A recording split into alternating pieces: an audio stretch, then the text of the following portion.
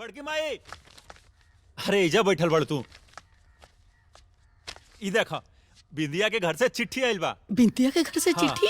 हाँ, बिंदिया के घर से चिट्ठी आइल बा। हाँ। अरे उनमें पढ़बू का लिखल बटे पहले? अरे हाँ, पढ़ता बुआ, दा। खोल के पढ़ता। प्रणाम समधीन जी।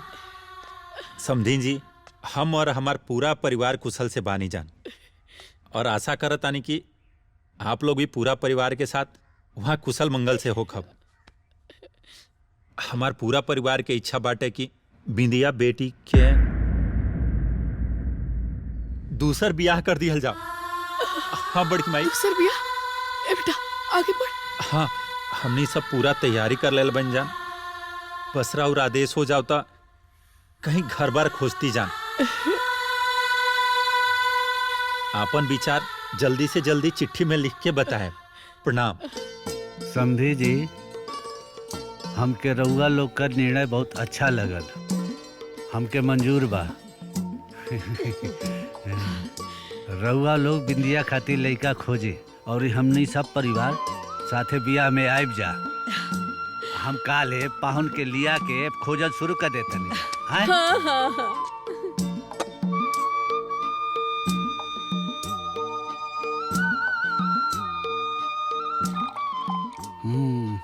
लड़का तो बहुत निक बड़ा है।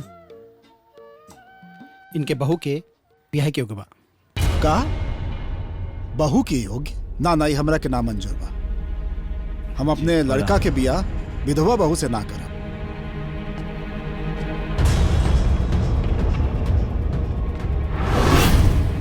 रउआ लो हमरा के माफ कर दी, हम बियाह ना कर पाई। लेकिन भाई साहब, वो ब्याह ना रहे, वो गुड्डी गुड़िया का खेल रहा है। अब समझ लें कि ब्याह के खाली नाम रह गया। अरे चाहे जे होके, जब एक बार मांग भरा गई तो समझी बियाह हो गई। अब रउआ लोग के खानदान में विधवा विवाह ना होला।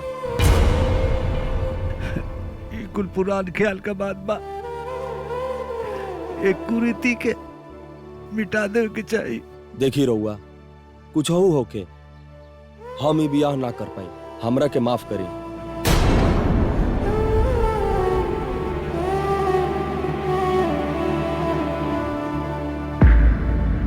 लोग कितना निष्ठुर हो गए बा कि केहू के दिल में केहू के प्रति कोनो दया भाव नहीं के अपने झूठी शान के चक्कर में केहू का जीवन बर्बाद कर देला। दुनिया निष्ठुर नहीं खे, तू ही लोगन बेवकूफ बाड़ा लोगन।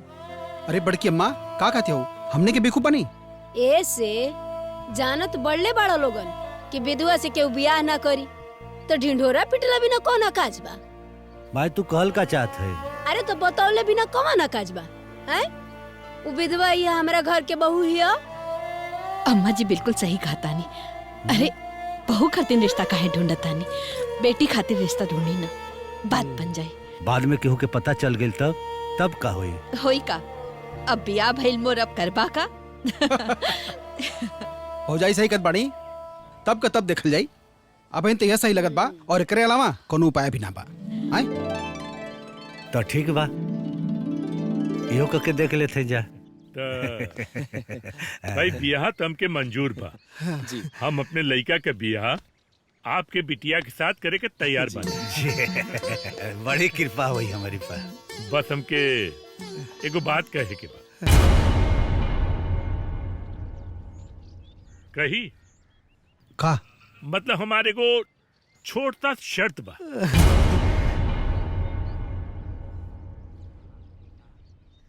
कौन शर्त?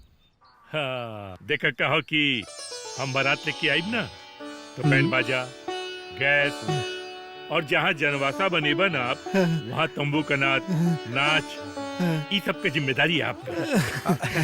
बस ना, सब हो जाए।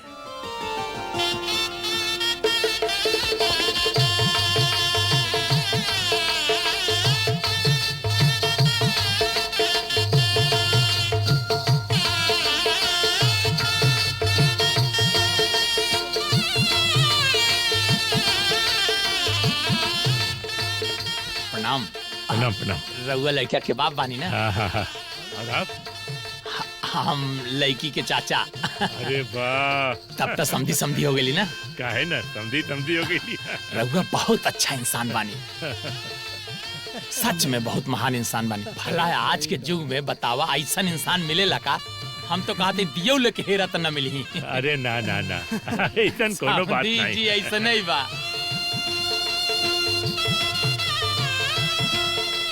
समधी जी हम एकदम सही कहता नहीं। भला बतावा केहू विधवा लड़की से अपने बेटवा के शादी करी का? हा? लेकिन रउआ करतानी ना, आप एकदम पुण्य के काम करतानी। विधवा लड़की? विधवा लड़की बिया? विधवा लड़की से हमरे लड़का के बिया होता? रोका ही बिया, रोका, बंद कर अपन मन। और उतारा, चला यहाँ से। ये बिया ना हुई। ए, चलो तो चली जा सब लोग। ये बिया ना हुई। देखत का बनी जा। चली। अरे भैया सुनी ना भैया, कहा भाई? का भाई समधी जी? का भइलो? विधवा लड़की से हमरे लड़का का बियाह करवावत हुआ, उसे बड़ा का भइलो? रुकी समधी जी, हमार बात तो सुन ली। का सुनी? का सुनी हम? तो ही आ ललन बियाह पक्का कराए? हाँ बाबूजी, यह कल रहने। आ ललन बड़का बियाह पक्का कराए। ए समधी जी, समझी जी कुछ ना, हम करो समझी ना है। इतना बड़ा झूठ, इतना बड़ा धोखा। एगो विधवा से हमने लड़का का बियाह करे चलल रहला, अभी बियाह ना होई तो ना होई। हाँ? ए समधी जी, हमार बेटी विधवा लाई है।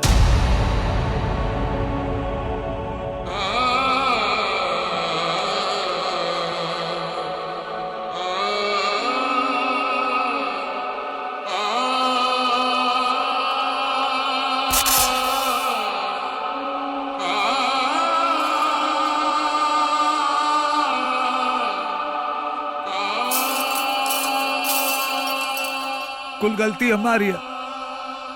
हमारी बाल विवाह कैली और मेरे बेटी का कोनो दोष ना। ना ना ना ना, कुल गलती हमारी है। देखा, हम यहाँ तोहार कहानी सुने ना आले। पहले हमरा के कुछो न बतैला, यहाँ के ई बतैलन हमरा के की विधवा बिया। ए, का दिक्कत पड़े का? ये हम चल के ओकरा। जा तनी बाबूजी, चल चल। अब गुस्सा उसा ना थूक। ए समधी ना होई तो ना चल होई। यहाँ से। चल, ए समधी जी, चल। रुकी ना भैया, भैया।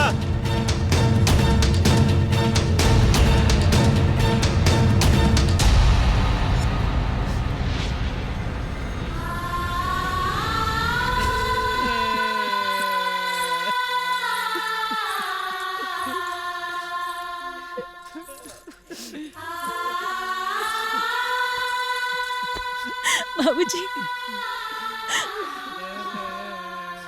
चुप आ जाए बाबूजी, मत रोई बा। एमे केहू के कोनो दोष नहीं के, सब दोष तो हमार किस्मत के बा। हमरा नसीब में इहे लिखल रहे, यही से इहे भइल। चुप आ जाए बाबूजी, मत रोई ना, चुप हो जा। ए बिटिया, तू रोआ मत। अरे ये लोग दुनिया के आखिरी आदमी नहीं खे, ये लोग गए तक का। तू देखिया, एक दिन तोहर बियाह होई और तोहरा जीवन में उजियार आ जाए।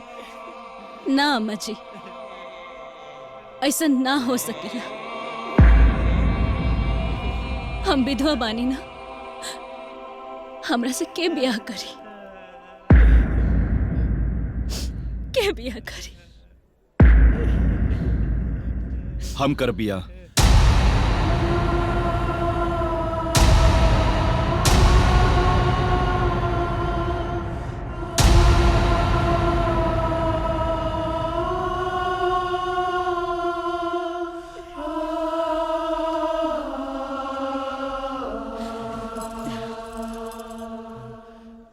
तू करवा हमारी विधवा बेटी से बिया? हाँ, हम कर बिया। सच कद बाड़ा? हाँ। आ बाकी विधवा भी तो एक इंसान हो के नहीं, उनके भी जिए के और खुश रह के अधिकार बा। विधवा होके में विधवा के कौन दोष बा? और ये दोष ना तई कौना बात के सजा समाज देवेला? हम एकरा खिलाफ बानी।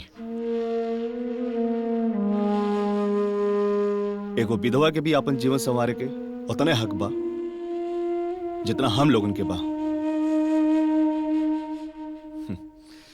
हम ब्याह करब, रउआ ब्याह के तैयारी करी।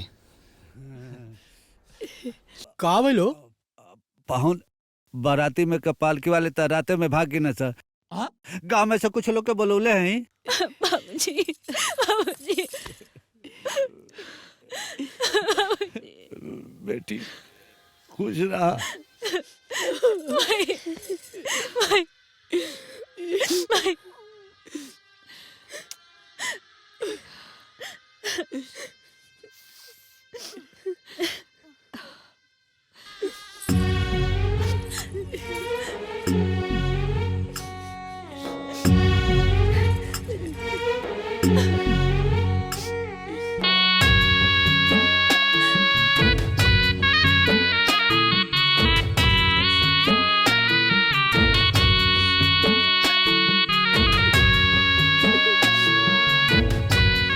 ए जी, कहाँ पड़ा?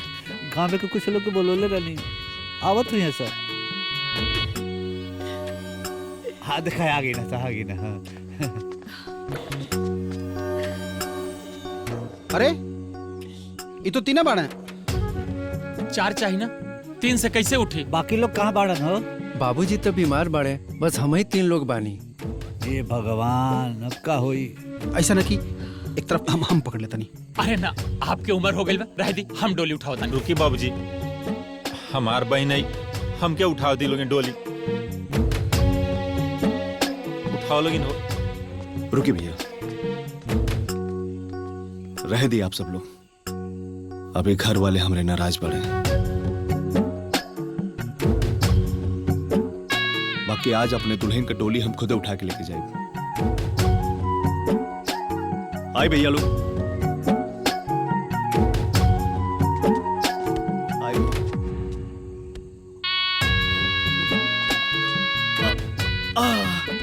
अरे घुमा घुमा भैया।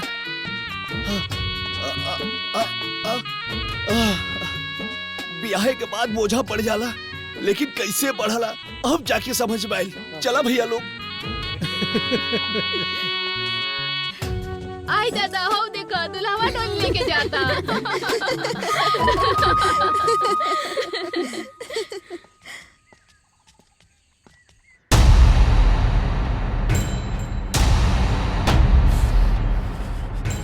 नाक कटवा दिला हमने के। ठीक कहा तानी बाबूजी, बबुआ जी के इसे न करे के चाहत रहे। कर ले ना, अब हमऊ करब जोन हमके न करे के चाहिए। अबे तक कुल खानदान के मान सम्मान भी मिट्टी में मिला दिला।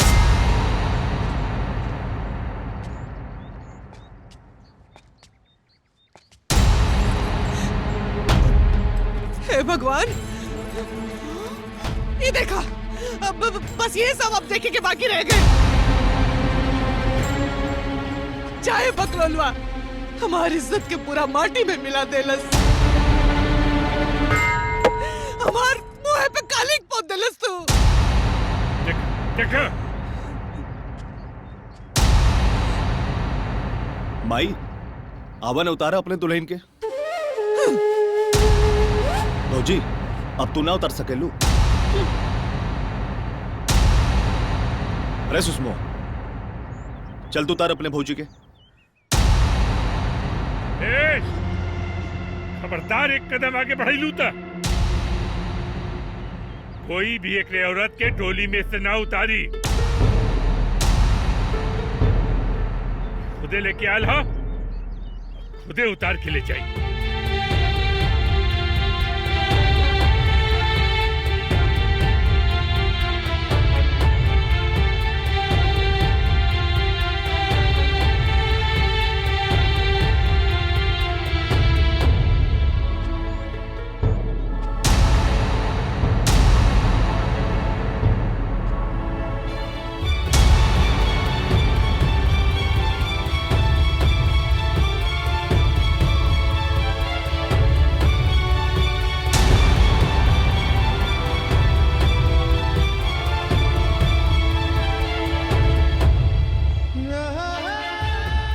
पगला गिल बोल का रे?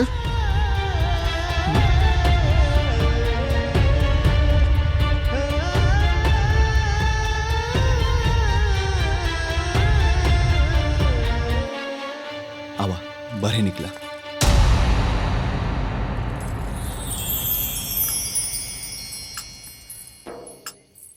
एक मिनट, हाय टीका लगाना।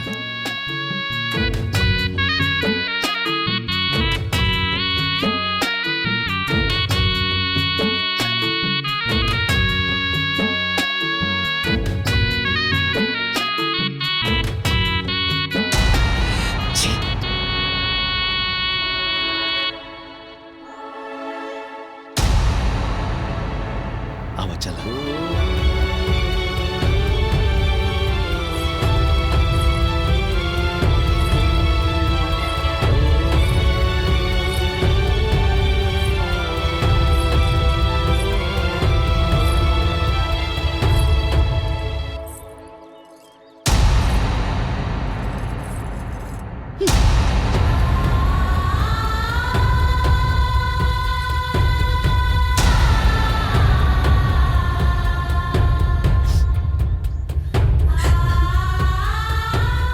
चला हवा, हम बानी नो।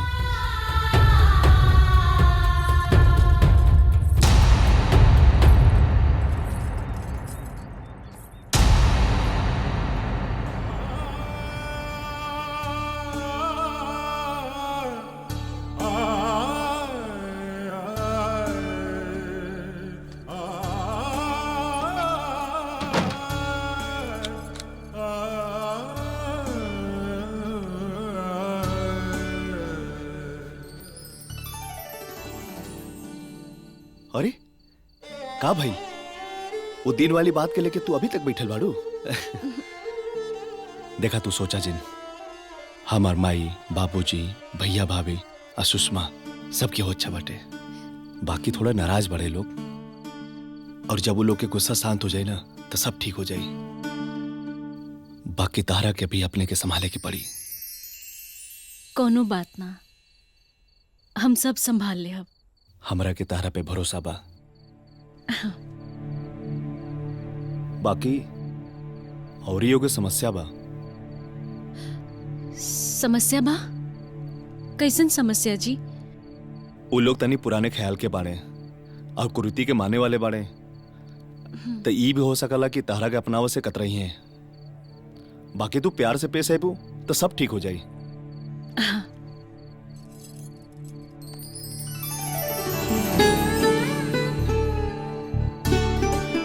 ए जी, रहो घबराई मत। हम कहानी है ना कि सब ठीक हो जाए तो सब ठीक हो जाए। हम सब संभाल ले। हम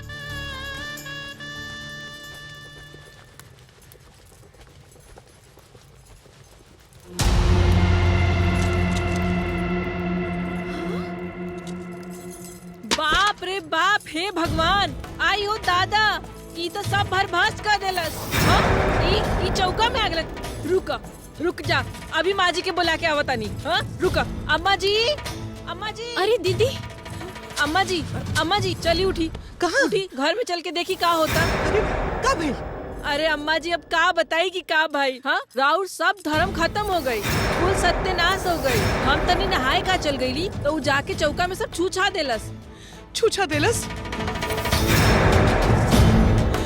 हे भगवान, अब का हुई जी? अरे होई का? हैं? अब ओकर छुअल छिड़कल खा जा। मना करत रही क्योंकि घर के जोड़ी में मत घुसे था, पर जाए देलू ना, अब होगा। चल। हाँ, चली अम्मा जी। आज तो लगा तो भोजनवो न मिली। सुबेरे सोई तरबानी जा। ई का कर देलू तू? का भइला अम्मा जी? खाना ही तो बनाओ तानी। तोहरा के ई घर में घुसा के रखनी। हाँ, तय कर मतलब ई ना कि तुम्हार कपारे पे चढ़ जाइबू। के कलस तरह के खाना बनावे खातिर? अरे अम्मा जी, खाना बनाओ में पूछे के का जरूरत बा? एमे कौन गुनाह कर देनी? का गुनाह हो गई? अरे तू विधवा बाड़ू, विधवा। ई तहार सबसे बड़ा गुनाह बा। अरे तेरा हाथ से खाना खाई ना तो नर्क में जगह मिली हमनी के, नर्क में। बाहर निकल।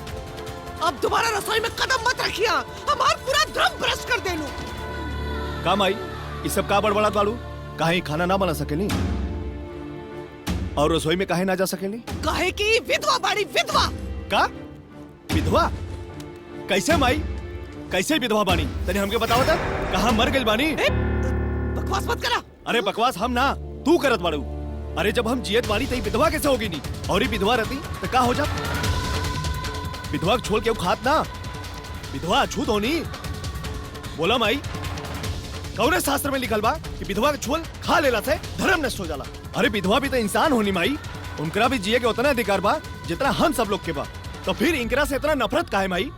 देखा माई ये विधवा ना सुहागन बाड़ी, हमार पत्नी बाड़ी, तहार बहू बाड़ी।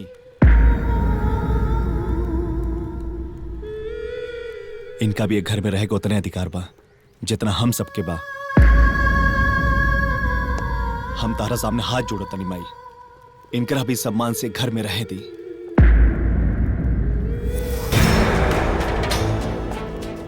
ठीक बा, लेकिन एकरा से कह दा कि अगर ये घर में रहे के बा तो हमरा हिसाब से रहे के पड़ी। काहे ना अम्मा जी, अरे रउआ हमार सास बानी, हमार माई बराबर, हमरा और पतो बानी, बेटी बराबर। एगो बेटी अपना माई के बात काहे ना मानी? रउआ जौन कहब हम सब माने खातिर तैयार बानी, तैयार बानी। ठीक बा ठीक बा।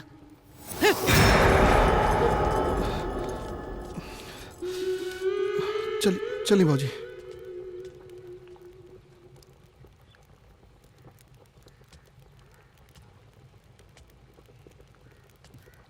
हम तारा साथे आई, वो लोग थोड़ा नाराज बाटे, तू सोचा मत, हम तारा साथे आई।